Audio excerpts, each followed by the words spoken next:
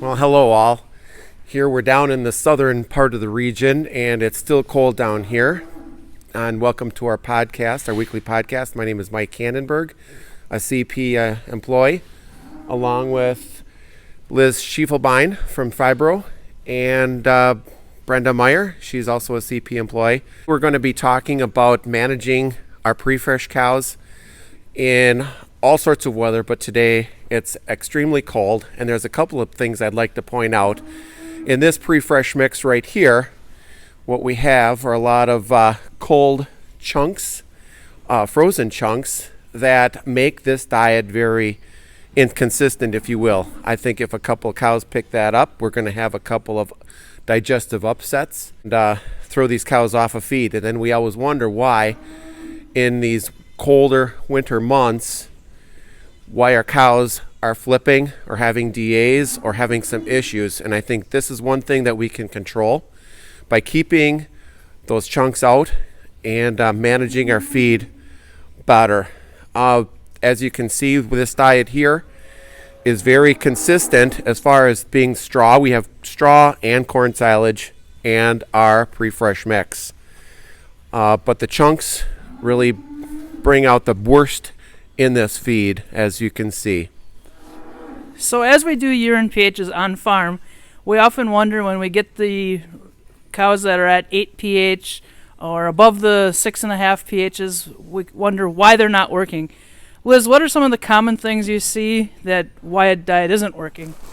So some of the things Mike just said, right now we have some frozen chunks in the diet. So that could be two things. Cows are sorting it out. Some of the minerals might be sticking to those chunks.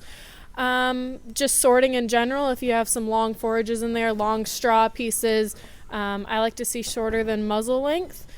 So cows can sort around anything longer than that. And then the other one most common is human error. So not putting in the right amount of mix, not mixing long enough, and moisture being off. So a good example is this mix, and what Liz says about processing the straw is we got to have the straw shorter than muzzle length of the cow. This mix is a real good example how this straw is pre-chopped before it went into the mix. Sometimes we'll see straw that's not pre-processed. It gets to be too long and too sorted out, and cows don't consume that, so at the next day we just pick up the long straw. With this mix, as you can very well see, everything is processed very tightly. It's very short. The cow, there's no way she can sort and make holes in it. Also with the straw, these diets tend to get very dry, so adding some extra water or some moisture to the mix to help tie these mixes together, having at least 60% moisture in the diet helps hold these mixes together so they're not sorted.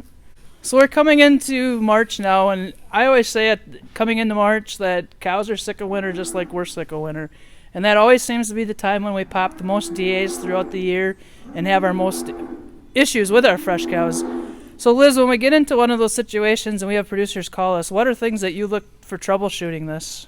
So the first thing I do is I go to the farm and take urine pHs. So we want a 5 to 6 range of urine pHs. So that's the first thing, is telling me, the cows will tell me if the diet's correct or not from what they're eating. If those pHs are high, the next thing I do is ask around, are intakes off? Did they run out of feed? Talk to the feeder manager. And then I also take a TMR sample. So able to look at chloride, sulfur, calcium level, get the correct DCAD, see if it's matching up with what's on paper. If those things all kind of check out, then we can move on to camera work, see if they're running out of feed, cow behavior at the bunk, slug feeding, things like that. So one of the big things we have on paper that it's a negative 16 DCAD. Just because what's on paper, as Liz said, with all the other things that go on, human error, mixing, sortability, that isn't what the cow is consuming. And we can have urine pHs be right today, and 2 days later they're completely wrong. Liz, why would we want to feed DCAD diet to our pre-fresh cows? Yeah, I would say if it's a well-managed diet like we talked about today, with little sorting, little human error, and monitoring urine pHs, you can have better fresh cow performances. So higher peaks, better reproduction in the long run, and your fresh cows just taking off better. So in conclusion, we had talked about a whole array of different things, but the most important thing is the consistency, getting the feed to the cows, checking your urine pHs, and making sure our cows are eating their diets that we give them. So if you have any concerns or considerations, contact your local CP representative so we can contact Liz and have her do some pHs on your dairy. Thank you.